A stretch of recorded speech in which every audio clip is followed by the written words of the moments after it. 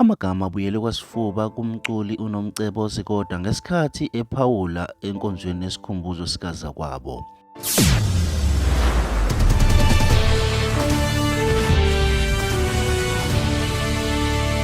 Mbukeli silethe uhle TV sakubingelela noma uyaqala ungena ku-YouTube channel yethu ungakhohlwa ukuncofoza subscribe button ukuze siqhubeke sikwethulela zonke esingenayo.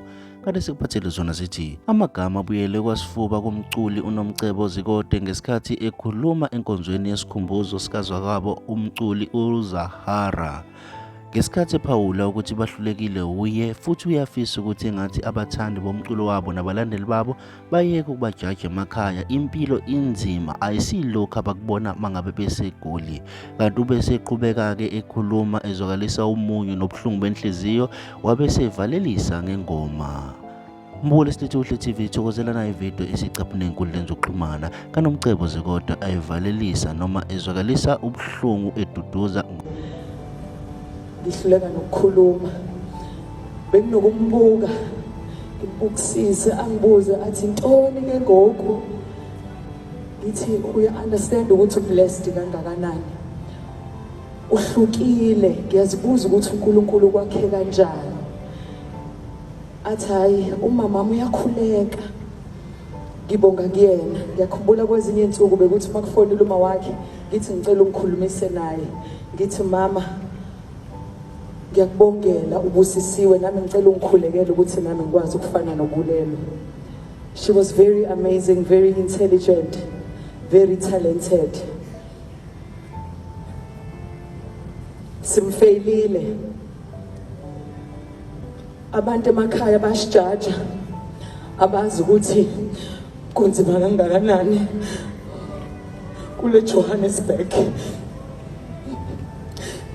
Ngiyabonga kumnyeni wami ngoba mhlawumbe kube ngaba kusiyena, ngabe nami angisasekho, ngabe mhlawumbe nami ngibulawe depression. Bekubuhlungu kakhulu kumbona engekho esimeni esiright.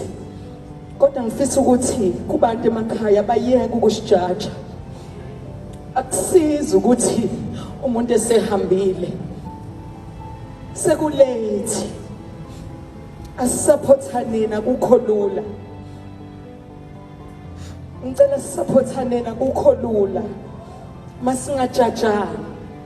uZahara ubethi mthwalo wami uyandisinda, ndiyacela ndiphathise ulule isandla sakho. Uyazi ngicela ungiqalele yona, mhlawumbe ngiqale phansi kakhulu, phela kunebhesi.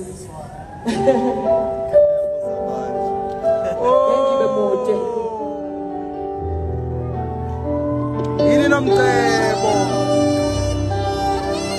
yini umthwalo wami uyandisinda, ndiyacela ndiphathise ulule isandla sakho. Akufuna ukufana nabanikezela.